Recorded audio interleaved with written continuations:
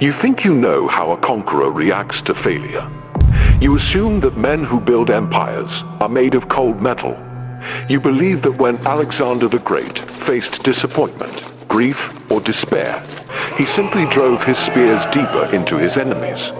You are wrong. History books spend hundreds of pages detailing his tactics at Gaugamela, his cavalry charges at the Granicus, and his siege engines at Tyre.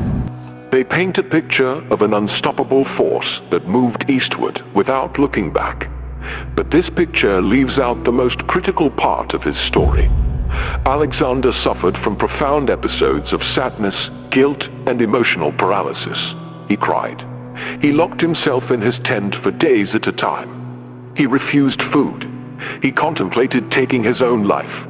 He destroyed property, executed doctors, and forced an entire global empire to stop singing because he was hurting. Why do you rarely hear about this side of him?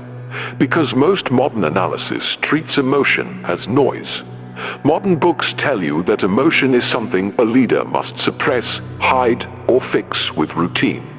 But if you look closely at the historical record, you discover something very different. Alexander did not suppress his sadness. He integrated it into his leadership strategy. When physical force failed him, he used his despair as a political weapon. When his mistakes killed his friends, he used his remorse to secure his crown. When death took the person he loved most, he forced the physical world to bend to his sorrow. If you want to understand how high-stakes human systems operate under stress, you must study what Alexander did when he was sad. You are told that authority comes from giving orders. You believe that if you hold the highest rank, you simply state your will and others obey. What do you do when your authority stops working?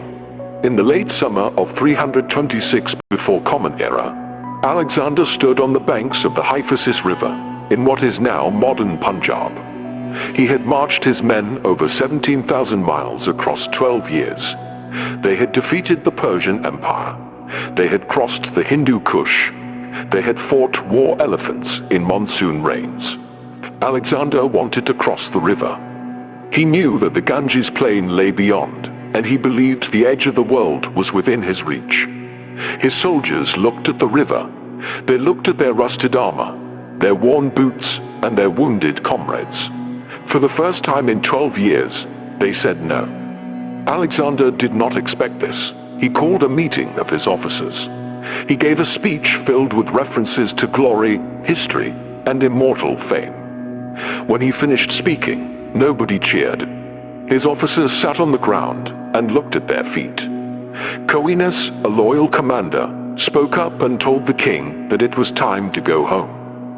If you follow standard management advice, you think a commander in this moment has two choices: execute the dissenters or accept defeat gracefully.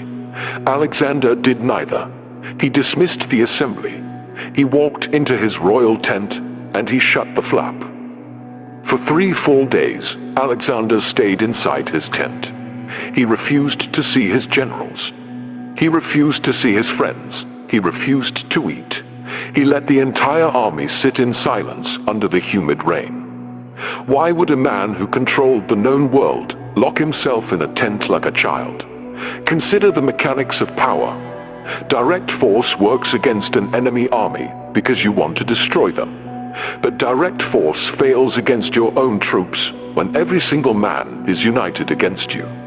You cannot execute your entire army without destroying yourself. Alexander understood that when physical force vanishes, emotional leverage takes its place. By hiding his face, Alexander removed the focal point of the military command. The soldiers had spent 12 years looking to him for instructions. Now, there were no instructions. There was only silence. The longer the tent remained shut, the more the atmosphere in the camp changed.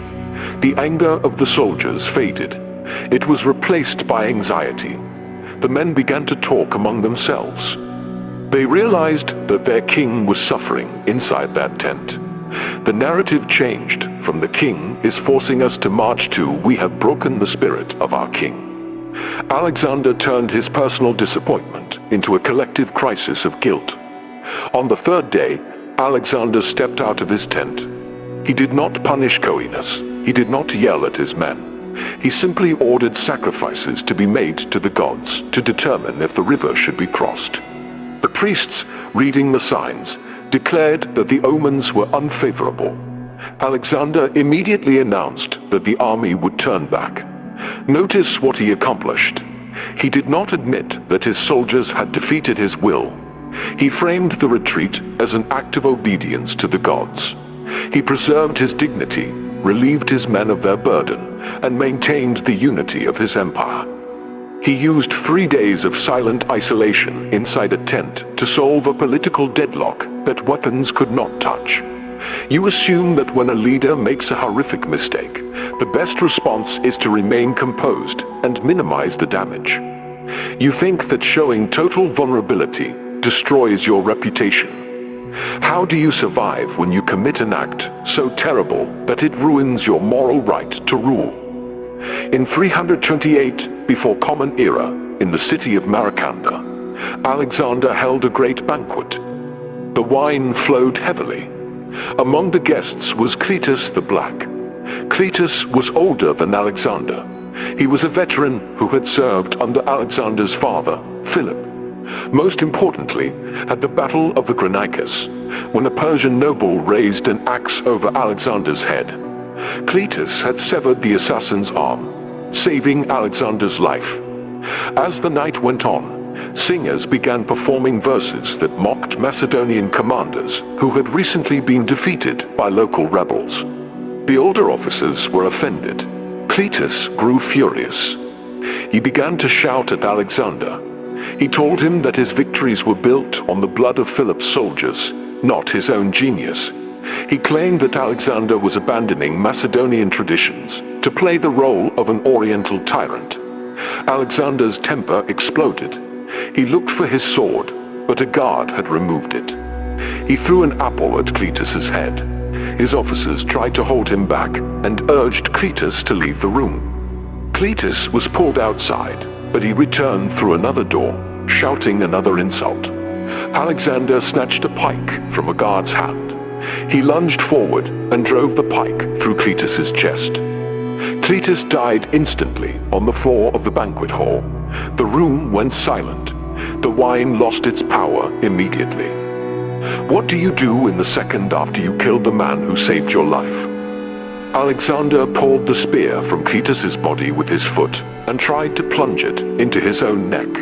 His bodyguards grabbed his arms and dragged him away. He spent the next 3 days in his bedchamber. He did not eat, he did not drink. He lay on the floor, weeping uncontrollably. He called Cletus by name over and over. He called himself a wild beast, unfit to live among human beings. Consider the position of his army outside that room. A king who kills a senior officer in a drunken rage is a tyrant. A tyrant creates fear. Fear creates conspiracies. Conspiracies lead to assassination. If Alexander had woken up the next morning, cleaned his clothes, and issued an official statement justifying the killing, his officers would have realized that none of them was safe. Instead, they witnessed their king completely undone by his own conscience. His self-inflicted punishment was so severe that it shifted the concern of his court from the murder of Cletus to the survival of the king. The officers realized that if Alexander died of starvation in that room, the empire would collapse into civil war, thousands of miles from home. The army gathered. They held a formal assembly without the king. To save Alexander from his own grief, they passed a decree stating that Cletus had been legally executed for treason. They retroactively justified the murder to relieve the king's conscience. Philosophers entered his room. Anaxarchus told him that as king, his actions were the supreme law, and that he should not judge himself by the standards of ordinary men. Alexander eventually ate food and resumed command. But he did not achieve this by hiding his guilt. He achieved it by pushing his grief to such an extreme that his community was forced to forgive him to save themselves. You are taught to separate personal tragedy from public duty. You think that when loss strikes, a professional keeps working and handles their grief in private. What happens when an absolute ruler realizes that all the money, land, and armies in the world cannot buy back a single human life? In 324 before Common Era, in the city of Ecbatana, Alexander's longtime companion Hephaestion caught a violent fever. Hephaestion was not merely a general, he was Alexander's alter ego. When the mother of Darius surrendered to Alexander after the Battle of Issus, she knelt before Hephaestion by mistake because he was taller.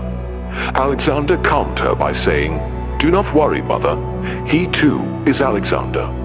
While Alexander was attending an athletic race, Hephaestion's condition suddenly deteriorated. He died before Alexander could return to his quarters. The loss broke Alexander's psychological foundation.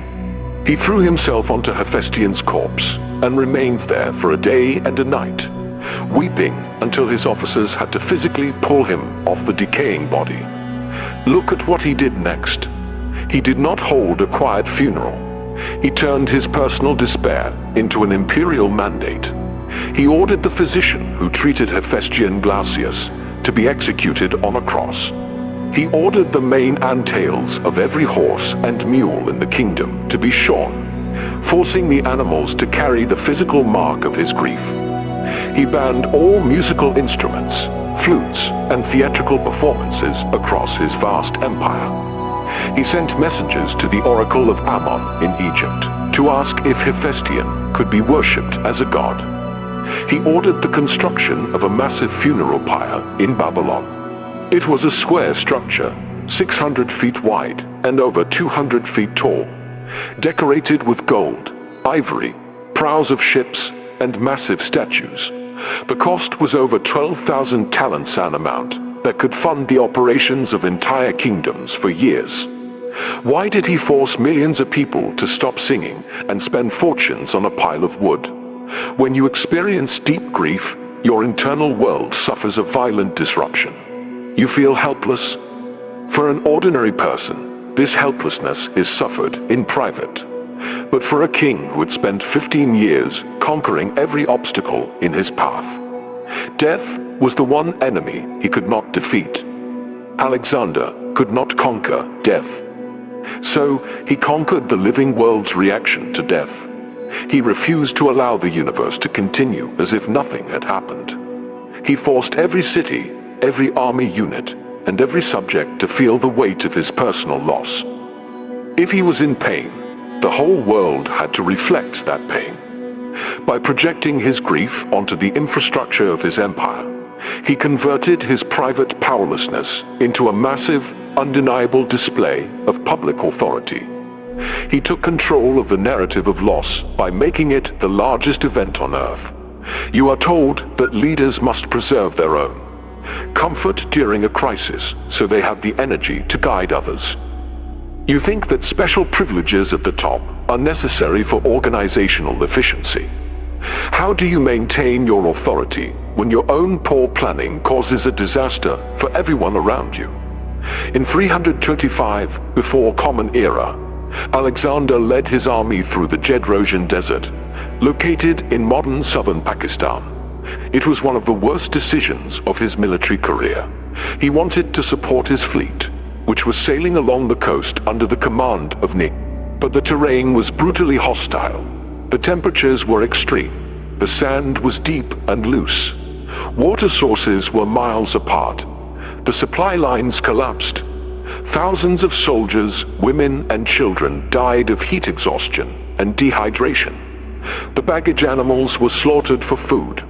The luxury items, gold, and captured treasure of Asia were abandoned on the sand dunes. Alexander was not isolated from this reality. He was walking on foot alongside his men in the heat. He knew that every death was his fault. He had chosen to march into that wasteland. A small group of light infantry pushed ahead of the main column and found a tiny spring trickling through a rocky gully. They collected a few drops of dirty water in a bronze helmet. It was barely enough for one man. They ran back to the column and presented the helmet to Alexander. The entire army stopped. Soldiers gathered in a circle in the burning sand. They watched their king hold the helmet. Everyone in that desert was dying of thirst. Alexander looked at the water. He thanked the soldiers who had brought it to him. Then he turned the helmet upside down and poured the water directly into the sand. Why would a man dying of thirst throw away life-saving water? Analyze the strategic impact of that action. If Alexander had drunk that water, he would have proven that his survival was more important than the survival of his men. He would have confirmed that he was a master using slaves to cross a desert. If he had given the water to one officer, he would have created jealousy and division. By pouring it onto the ground, he made a clear statement. If there is not enough water for every man, there is no water for the king. Arrian, the historian, wrote that the effect on the army was extraordinary. The soldiers felt as if every man had received a drink from the king's hand. The act of pouring the water away refreshed their spirits more than drinking it would have refreshed Alexander's physical body. He took his own failure, his own despair, and his own guilt, and transformed it into a shared act of endurance. He refused to separate himself from the pain he had caused. Look at these historical accounts together. You see a pattern that breaks every simple assumption about power and emotion. Alexander the Great was not a cold, unfeeling war machine. He was volatile, emotional, and prone to deep periods of dark distress. When his army mutinied, he did not use violence. He used 3 days of silent isolation to shift the burden of guilt onto his men.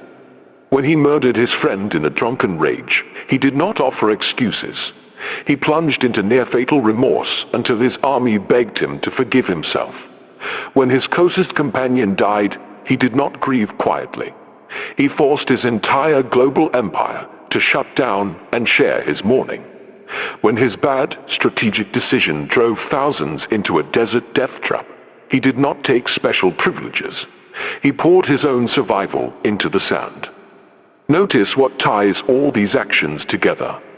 In every instance, Alexander did not treat his sadness as a flaw to hide.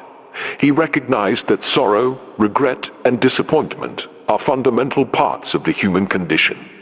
Instead of fighting those emotions or pretending they did not exist, he brought them into the light. He turned private despair into public strategy. You will face moments in your life when your plans fail. You will face moments when your emotions overwhelm you, when you make terrible errors, or when you lose things you can never replace. When those moments arrive, do not waste your energy pretending to be unshakable. Do not force yourself to put on a false smile for the world. Understand that your sadness contains leverage. Use your periods of retreat to let the noise die down. Use your regret to show those around you that you hold yourself accountable. Share the suffering of those you lead, and when loss hits you, give yourself permission to feel its full weight before you rebuild. You do not conquer the world by being immune to pain. You conquer the world by learning how to stand up after pain breaks you.